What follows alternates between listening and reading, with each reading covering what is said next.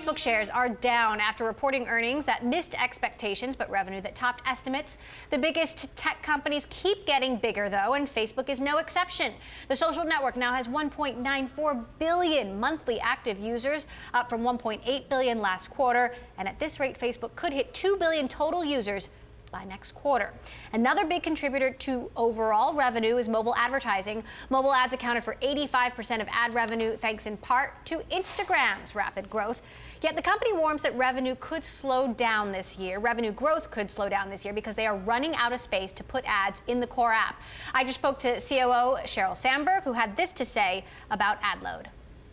We carefully track the impact of ads on the user experience. We've been doing that for the last several years.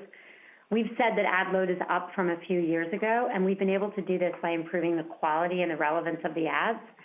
Where we are focused is continuing to improve that ad quality and relevance. Joining us now from Seattle, eMarketer Principal Analyst Debra Aho-Williamson, who specializes in social media marketing and the demographics of social media users. So, Debra, your first take on the numbers and especially what's going on with ads. Those are just incredible numbers. I mean, every quarter, it seems like Facebook has another quote unquote great quarter, and it's kind of hard to see where there might be problems. The revenue number looks great. The user number looks great. There's a lot of momentum at Facebook. But by the same token, you just mentioned Sheryl Sandberg's comments about ad load. We've heard about this for some time, and I think what it's really starting to show is that Facebook is looking for its Act 2 when it comes to revenue. The news feed has been its main source of revenue for 5 years, and now it's looking for other things. Instagram, well, that next video act ads. might be, right. That next act might be Instagram, which some people have called True. Facebook's next Facebook, 700 million users. Take a listen to what Sheryl Sandberg had to say about Instagram in particular and how much it's contributing now to the overall pie. Instagram is, a very important mobile ad platform. Along with Facebook, we think the two most important mobile ad platforms, and we're seeing strong growth across both. I think the increasing visualization of ads is part of why ads on Instagram are so appealing. And the fact that you can buy ads through the Facebook ad system on Facebook, on Instagram, on Audience Network, use the same infrastructure, the same targeting, the same measurement, I think gives that platform a lot of ability to deliver results for marketers. I think it's early, but we're also seeing advertisers pretty excited about ads in stories, which has a really, again, heavy visualization and a nice ability to reach people.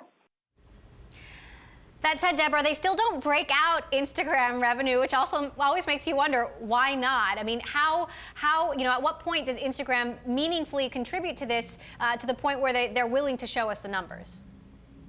Well, I actually think it's already meaningfully contributing to Facebook's revenue. Our forecast this year is that Instagram will have $4 billion in ad revenue, and that's going to be over 1/10 of Facebook's total revenue if that number comes true. We have a number of $36 billion for Facebook ad revenue this year. So it's already a big contributor. So that's probably not the reason why they're not sharing the exact numbers. But I do think that Instagram is a really interesting platform for marketers. They're still really, really intrigued by it, and they still really want to learn more about how to reach that youth audience that's so prominent on Instagram.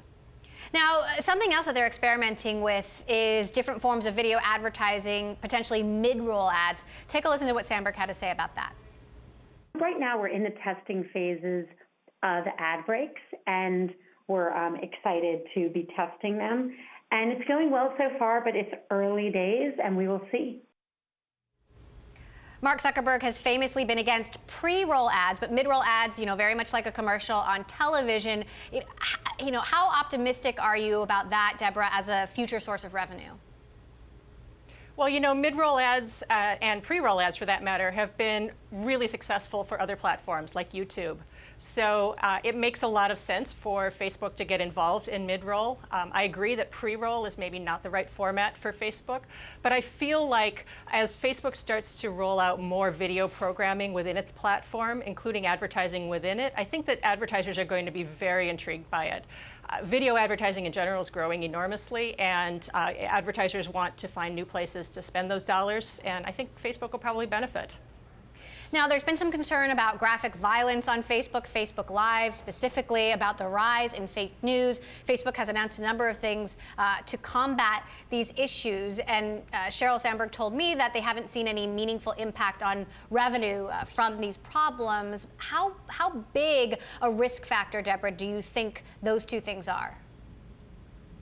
I think they can be a risk factor. The advertisers that we've talked to in the past couple of months about issues like this, they haven't reported any change in the way that their ads are being responded to, or the engagement, or the return on investment for their advertising. So far these things haven't had an impact on the revenue, on the advertisers' ability to use Facebook. But you have to wonder over time if people's attitudes change, if they're happy using Facebook, if they're worried about using Facebook, if that causes them to be less engaged with Facebook. And so I think all of these things bear watching, but right now we're not seeing any evidence on the revenue side.